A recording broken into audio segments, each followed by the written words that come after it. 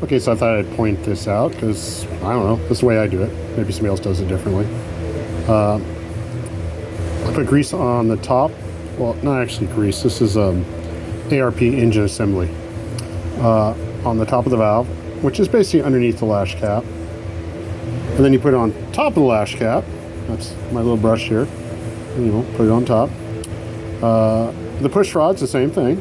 So on the other end of the push rod, now I'm doing this end of the push rod. I know my brush is kind of looking a little decrepit there. All right, switching hands. Then, I'll bring it over here. I'm doing the same thing on the rockers. You can see I've greased that, and I greased the little cups.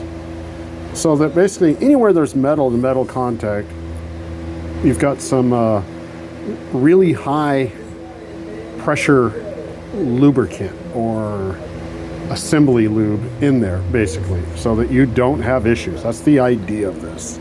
So, all right, so now I'm going to put these on.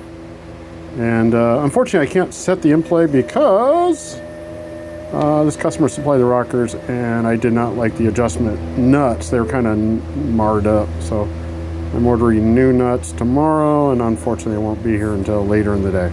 But there you go. All right, let me at least get these installed.